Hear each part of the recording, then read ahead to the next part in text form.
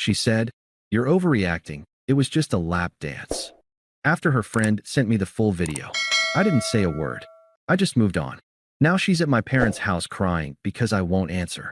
Hey viewers, before we move on to the video, please make sure to subscribe to the channel and hit the like button if you want to see more stories like this. Thanks. I'm what you'd call a planner. I'm a structural engineer. My entire life is about calculating load, managing stress, and making sure the foundations are sound.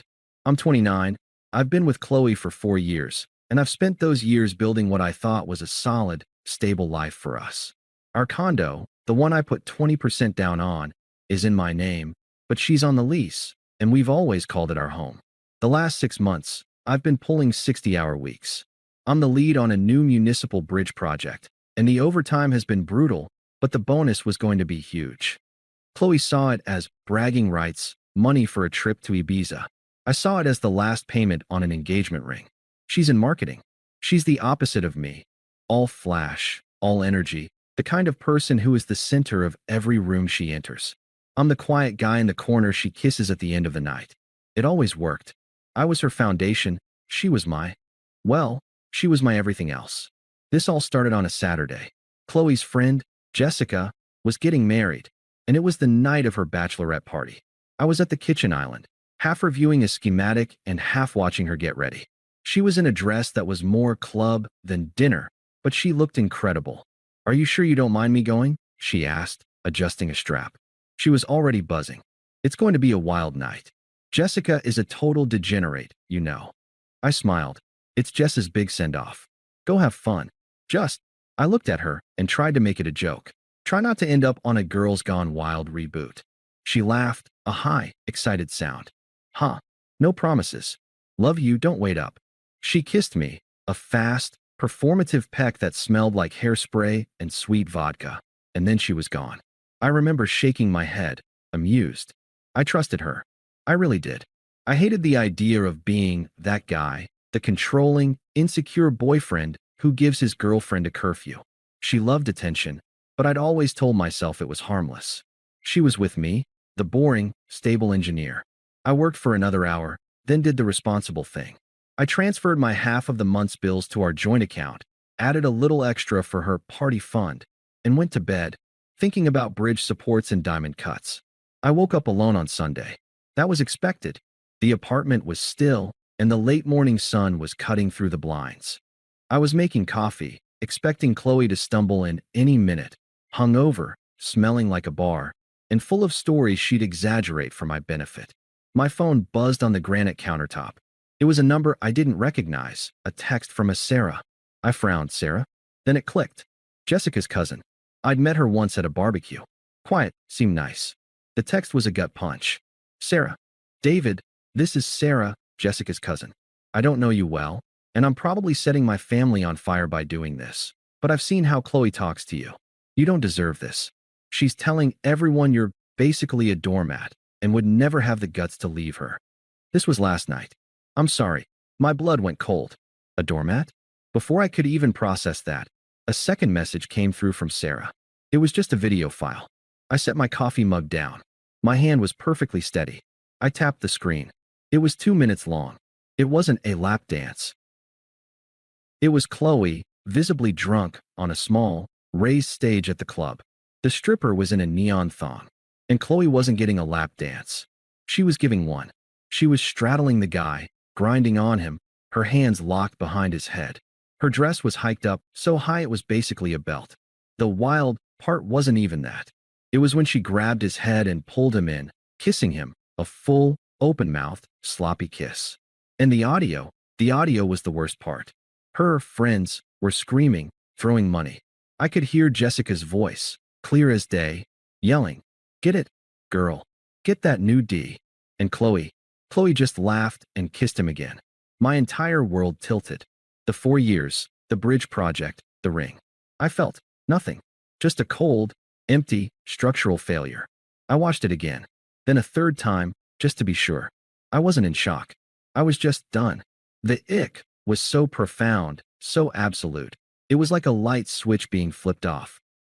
The front door clicked open. Qley stumbled in, looking like a wreck.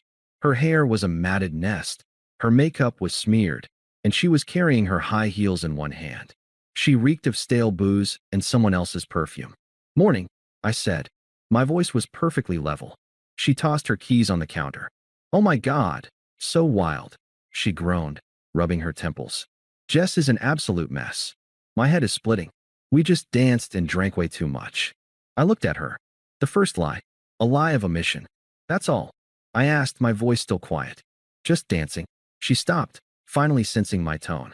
"Yeah, why? What's with the third degree? You're not my dad." "I heard there were strippers," I said. She let out a short, forced laugh. It was sharp and defensive. "Oh yeah? Of course. It's a bachelorette party. I got a lap dance, everyone did. It's not a big deal." The second lie. Minimizing. "Just a lap dance," I repeated. It wasn't a question. She finally turned to look at me, her eyes narrowed. The hungover, fun girl was gone, and the defensive, mean one was here. "Yes, just a lap dance." "What? Are you going to be one of those guys now?" "God," she spat, "you're overreacting. It's just what girls do." It didn't mean anything. Stop being so insecure. And there it was. The gaslighting. The dismissal. The insult. I was the problem. My insecurity. I didn't show her the video.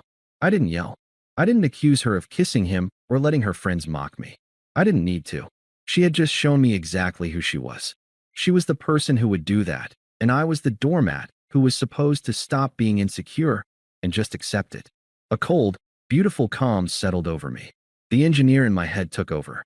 The foundation was compromised. The structure was a total loss. It was time for a controlled demolition. I just looked at her. "Okay," I said. Qley seemed to take that as a victory. "Okay, that's it. Good. I'm going to go die in the shower." The moment I heard the water running, I went into our bedroom.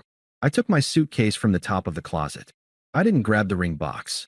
It was in the back of my sock drawer. I pulled it out, looked at the 1.5 carat princess cut I'd spent a year saving for, and slipped it into the pocket of my jacket. Not with sadness, with relief. It was an investment I'd just saved. I packed my suitcase with the methodical calm of a man going on a 3-day business trip.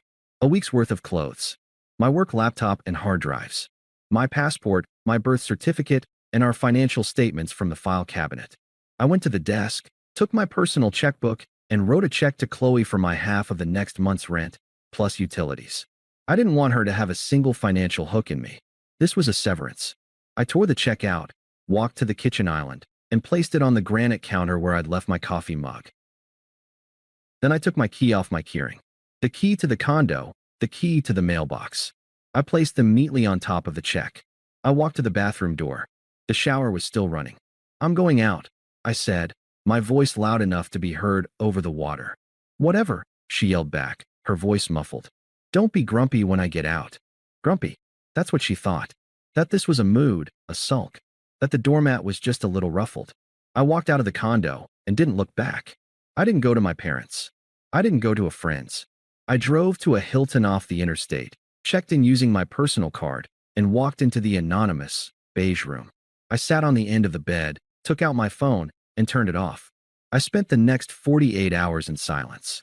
I sat with it. I sat with the humiliation of the video, the way she kissed him, the way her friends cheered. But mostly, I sat with the sound of her voice in our kitchen. "You're overreacting. Stop being so insecure." That was the real betrayal. The video was just the evidence. Her lie was the verdict. Sarah's text was the key. "She thinks you're a doormat. She thinks you'd never have the guts." I didn't grieve Qley. I grieved the 4 years I'd invested in a faulty structure. I grieved my own blindness, the 1,000 small compromises I'd made, the 1,000 times I'd brushed off her harmless need for attention. I wasn't heartbroken. I was just awake. On Tuesday morning, I turned my phone on. It was a digital explosion. 38 missed calls. Over 100 texts. I made a plan. First, I blocked her number. Then I went through the texts and blocked every member of the bachelorette party. Jessica, some other girl named Becca, all of them. Second, I opened my laptop and drafted an email to our landlord. I gave my official 30-day notice, explained I was moving out, and that Qley would be solely responsible for the lease or would be vacating at the end of the next cycle. I attached a PDF of the check I'd left her, showing she had my final month's payment. Clean. Professional. Third, I called my parents. Hey, Mom, I said when she picked up. David, I was worried. We haven't heard from you all week. I'm fine, Mom. I'm okay. Listen, I need to tell you something. Qley and I are done. We're over. It's bad, and it's final. There was a silence. My mother, God love her, knew not to pry for details. Okay, honey, are you safe? Yes. I'm at a hotel. I've already handled the apartment. I need a few days. Please, just let Dad know. And I need you to promise me you won't answer the phone if she calls. Of course, she said, her voice turning firm. Of course. You take care of you. We're here. I hung up, feeling 100 pounds lighter. Before I blocked Qley's number, I made the mistake, or the blessing, of reading the text chain. It was a perfect, real-time log of her unraveling. It was the story of an empress realizing her entire kingdom was one man, and he'd just abdicated. Sunday, 3:15 p.m. While I was checking in, where are you? Your car is gone. Are you seriously still mad? Sunday, 7:40 p.m. While I was eating a club sandwich. Okay, I see the check. This is insane. You're leaving me over a joke? A stupid party? Call me now, David. This isn't funny. Sunday, 11:50 p.m. While I was sleeping. This is emotional abuse. You can't just leave. You're a child. I'm calling your mother. Monday, 9:02 a.m. While I was at a Starbucks, planning fine. Stay out. See how you like it. You'll be back by tomorrow. Monday, 4:18 p.m. David, please. I'm sorry. Okay. I'm sorry. Just come home, and we can talk. This is crazy. Tuesday, 8:59 a.m. Just before I turned the phone on, you bastard. The landlord just emailed me. You're leaving me? You're leaving me with the lease? After everything I've done for you? You're a coward. And that was it. Not a single I kissed a guy, or I lied. It was all you're leaving me. The flying monkeys were next. A text from Jessica, which I read just before blocking her. Jessica, dude, what's your problem? Qley is a wreck. You're being so cruel. She made one stupid mistake, and you're destroying her. She loves you. You're the one who is supposed to be the mature one. This is on you. This is on you. I almost laughed. I tapped block. I was about to shut my phone off and head to the office when one last text came through. It was Sarah, the cousin. Sarah, hey, just saw you're not on social media, so you probably haven't seen it. Qley knows I sent you the video. Her whole girl squad is attacking me online, calling me a snake and a jealous bitch. Jessica is leading the charge. Just confirms I did the right thing. Good luck, David. You're better off. I stared at that text. That was her karma. In her desperation to control the narrative, Qley had set her rabid friends on the one person who told the truth. She hadn't just lost me. She was a queen without a doormat, and now her own toxic court was on fire. I sent Sarah a single reply. Thank you. You did. Then I put my phone on silent, got movers to grab my furniture from the condo while Qley was at work, and signed a lease on a new, smaller, one-bedroom apartment across town. It was all mine. The foundation was sound. A week went by. A full, quiet, blessedly silent week. I had movers get the rest of my things, the sofa, the desk, my TV, while Qley was at her marketing job. I was officially in a new, smaller, one-bedroom apartment across town. It was mine. The lease only had my name. The silence was mine. I was focusing on work. I was hitting the gym. I was sleeping. I'd taken the ring to a jeweler, sold it back for 60% of what I paid, and put the money into an index fund. A new foundation. I felt lighter. I was breathing air that wasn't contaminated with her. I was in my office, running stress calculations for the new bridge, when my phone rang. It was my mother. I picked up immediately. Hey, Mom. Everything okay? David. Her voice was high and nervous. David, honey, are you okay? Yeah, Mom. I'm fine. I'm at the office. Why? You sound stressed. There was a heavy sigh on the other end. She's here. Who's here? But I already knew. My stomach didn't drop. It just hardened. Qley. She's here. At our house. She's on the front porch. And David, she's been ringing the bell for 10 minutes straight. She's crying. Your father is standing at the door and told her to leave, but she's just making a scene. He's about to call the police. The audacity. The sheer, radioactive audacity. To fail in every attempt to contact me. So she escalates to this. To bring her mess to my family. To the quiet suburban street I grew up on. to try and leverage my mother's sympathy and my father's anger against me. She wasn't a heartbroken woman. She was a tactical manipulator who had just run out of levers and was now trying to light the whole control panel on fire. "Don't call the police," I said, my voice cold. I was already grabbing my jacket. "I'm on my way. Do not let her in the house. I'll handle it." I hung up, told my boss I had a family emergency, and walked out. The 20-minute drive was a blur. I wasn't angry. I wasn't sad. I was just an engineer on his way to condemn a dangerous, unstable structure. I pulled up to my childhood home, and there she was. The title of the scene was exactly as advertised. Qley was a complete wreck, crumpled on the bottom step of my parents' porch. She was in stained gray sweatpants, a hoodie I didn't recognize, and her hair was in a greasy, matted bun. Her face was red, blotchy, and swollen. This was not the hot girl from the club. This was the raw, pathetic reality. My father, a man of few words and immovable principles, was standing in the open doorway, his arms crossed over his chest. He wasn't yelling. He was just a wall. The second my car door opened, Qley's head snapped up. A jolt of something, hope, desperation, ran through her, and she ran at me. "David," she sobbed, her voice cracking. "Oh my God, finally. You're here. I've been so worried. You blocked me. You just vanished. I didn't know if you were okay." The lie was so reflexive, so pathetic, I almost felt a sting of pity. I crushed it. "Qley, you need to leave," I said. My voice was calm. "Cold. No, listen. Please." She tried to grab my arm. I stepped back. I didn't know what else to do. "You won't talk to me. David, I'm sorry. Okay. I'm so sorry. It was a mistake. It was stupid. I was drunk. It meant nothing." "I know," I said. That stopped her. The practiced, frantic apology just died in her throat. You do? You know it meant nothing." "Yes," I said, looking her dead in the eyes. "I know it meant nothing to you. Our relationship, my respect, our future, that all meant nothing in that moment. You've made that perfectly clear." No, that's not true," she cried, the desperation coming back. "I love you. It was just a stupid dance." "You said I was overreacting," I said, my voice flat, just stating a fact. "But you hadn't told me the truth. You said it was just a lap dance. You didn't mention you were kissing him. You didn't mention your friends were joking about you getting new D. You didn't just betray me, Qley.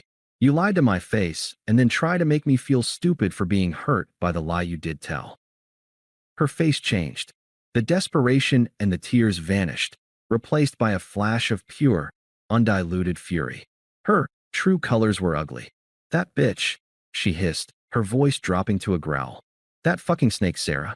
She sent you the video, didn't she? She was always jealous of me." And there it was. The final nail. Not, "I'm sorry I did it," but "I'm sorry you saw it." I almost smiled. She just set me free. "It doesn't matter who sent it," I said. "I saw it. I saw you. And I saw you lie about it." The anger faded, and the raw panic returned. She played the wrong card and knew it. "Okay, fine. I messed up. I lied. But 4 years, David. You're throwing away 4 years over one night? You're just going to walk away from us?" "No," I said. "I'm not walking away. I've already moved on. My things are out of the condo. I'm off the lease. Our joint accounts are closed. There is no us to walk away from. We're done." That's when she truly broke. "No, please," she shrieked, lunging forward and grabbing the front of my jacket. "You can't. I can't afford the condo on my own. David, please. I'll do anything. I'll go to therapy. I'll, just don't do this to me." I looked down at her hands on my jacket. Then I calmly, deliberately, unhooked her fingers, one by one, and stepped back. "That's not my problem anymore," I said. "You're right, it was 4 years. And I'm not throwing them away. I'm learning from them. My biggest lesson is what I'm not willing to accept. And this, you, is what I'm not willing to accept." The mask was gone. The true, ugly, rotten foundation was exposed. "You bastard," she screamed, her voice echoing down the quiet street. "You selfish bastard. You think you're so perfect? You'll never find anyone. You're boring. You're safe. I was the best thing that ever happened to you. Goodbye, Qley," I said. I turned my back on her. "Don't ever come to my family's home again." I walked away from her, up the path. My dad was still in the doorway, but his arms weren't crossed anymore. He looked at me, and he gave me a single, proud nod. I walked past him, into the house. I heard her scream my name one more time, a sound of pure, frustrated rage. Then the front door clicked shut behind me, sealing off the sound. I walked into the kitchen. My mom was at the table, wringing her hands, her face a mask of worry. I sat down across from her, and for the first time in 4 years, I took a deep, clean breath. I was free. Thanks for watching.